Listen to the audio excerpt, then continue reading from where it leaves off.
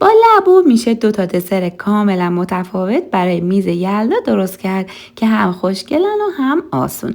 برای درست کردن دسر ایده اول پودر ژلاتین رو با شکر و شیر مخلوط کرده.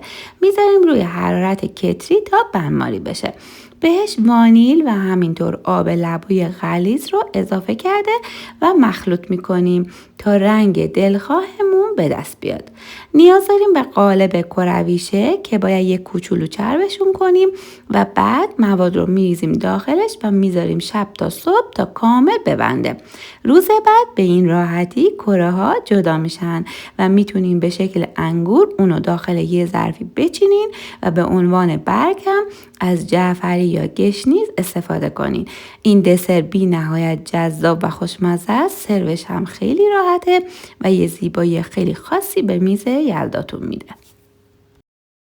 برای درست کردن دسر دوم خامه صبحانه رو میذاریم روی بخار کتری تا بنماری بشه. توی قابلمه شیر و شکر، پودر ژلاتین و وانیل رو با همدیگه مخلوط کرده میذاریم روی حرارت تا حدی که فقط گرم بشه. از روی حرارت برداشته خامه بنماری شده رو بهش اضافه میکنیم و اونو 3 قسمت کرده و از صافی هم رد میکنیم و با آب لبوی غلیظ 3 تا کاسه رو در 3 تن رنگی صورتی متفاوت درست میکنیم. قالب ها رو چرب کرده اول رنگ سفید رو میریزیم، میذاریم که نیم بند بشه توی یخچال، بعد لایه صورتی روشن و به ترتیب تا لایه های تیره تر ادامه میدیم. من یه مقدار از مایع با رنگ تیره رو داخل قالب سیلیکونی شکل کل ریختم و در نهایت به راحتی از قالب جدا شد و این شکلی اونو تزیین کردم. حتما توی کامنت ها بهم بگو کدوم دسر رو انتخاب کردی. سابسکرایب هم یادت نره.